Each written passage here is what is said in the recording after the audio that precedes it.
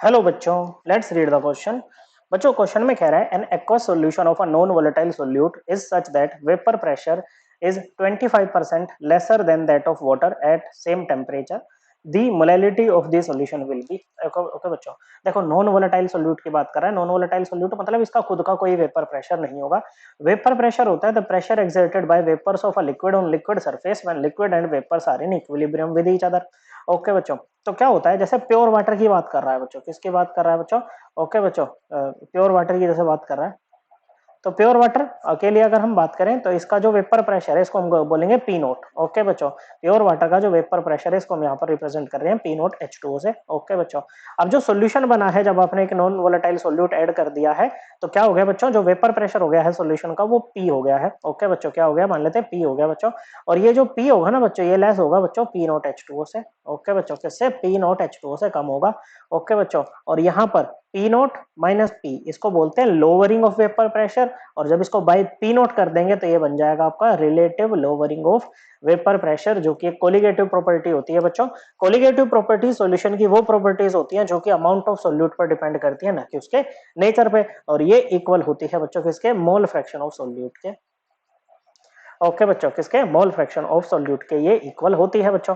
तो हम यहाँ पर क्या करेंगे बच्चों, हमें निकालनी है मोलैलिटी। क्या निकालनी है बच्चों? मोलैलिटी। ओके बच्चों, तो अगर बात करें हम मोलैलिटी की तो ये इक्वल होती है number of moles of solute divided by weight of solvent. Solvent कौन है बच्चों? यहाँ पर वाटर है। ओके बच्चों, weight of solvent in KG. Okay बच्चों, तो हमें क्या करना है बच्चों? सोल्यूट के मोल्स निकाल लें। ओके बच्चों, क्या हमें निकालना है बच्चों? सोल्यूट के मोल्स निकाल लें।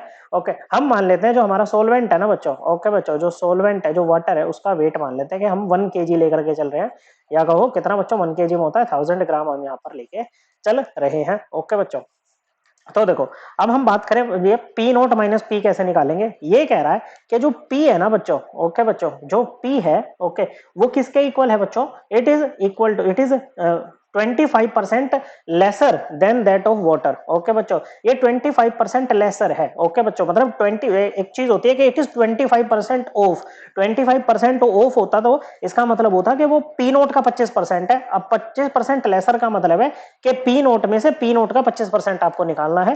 तो ये हो जाएगा पी नोट माइनस 25%, मतलब 25/100 ऑफ पी नोट। कितना आ जाएगा बच्चों? ये आ जाएगा आपका 0.75 पी नोट। ओके बच्चों, कितना आ जाएगा बच्चों? ये आ जाएगा आपका 0.75 पी नोट। ओके बच्चों, तो यहां से आपका this implies P naught minus P क्या हो जाएगा बच्चों? ये हो जाएगा P naught minus 0.75 P naught. Okay बच्चों, पी नोट है। ओके, ये आ जाएगा कितना बच्चों? 0.25 पी नोट। ओके बच्चों, this implies P naught minus P over P naught, it would be equal to what बच्चों? 0.25 P naught upon P naught. P naught से पी नोट कैंसिल बच्चों। 0.25 is the relative lowering of vapour pressure. ये क्या है बच्चों? Relative lowering of vapour pressure है बच्चों। मतलब यहाँ पर जो नंबर, ये मोल फ्रैक्शन है सोल्यूट का, ओके बच्चों, जो कि किसके इक्वल होगा बच्चों? Number of moles of solute divided by number of moles of solute plus number of moles of solvent which is H2O बच्चों।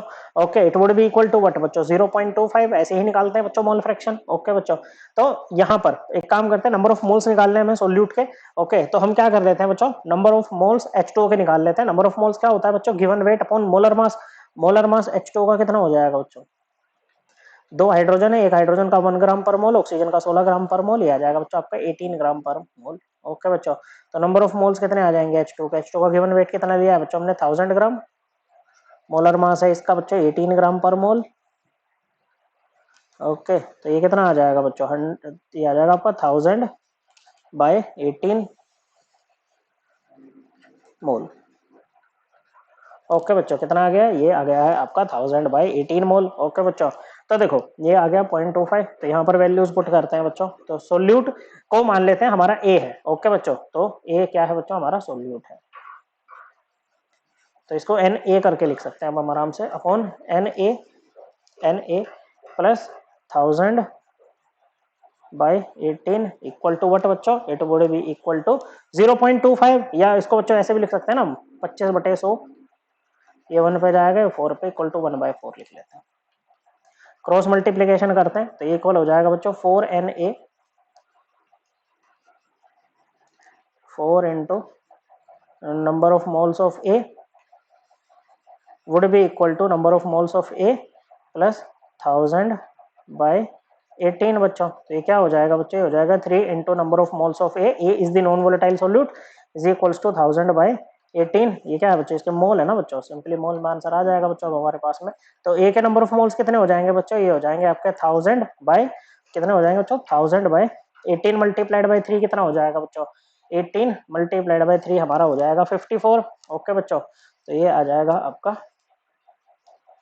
54 मोल। तो ये किसके मोल आ गए बच्चों, हमारे नॉन वोलेटाइल सॉल्यूट के आगे मोलालिटी के फॉर्मूले पे ऐड कर देंगे, पुट कर देंगे वैल्यूज को बच्चों। ये हो जाएगा 1000 by 54 mole upon weight of solvent कितना है बच्चों, 1 kg है बच्चों। ओके, तो कितना आ जाएगा बच्चों, ये आ जाएगा 1000 बाय 54 मोल पर केजी। ओके बच्चों, तो ये किसके इक्वल आ जाएगा बच्चों, इसको हम मोल पर केजी को क्या लिखते हैं बच्चों, स्मॉल एम से रिप्रेजेंट करते हैं, मोलल उसको बोलते हैं। ओके, तो ये आ गई आपकी molality, correct answer option A. I hope आपको एकदम क्लियर हो गया होगा। थैंक यू बच्चों।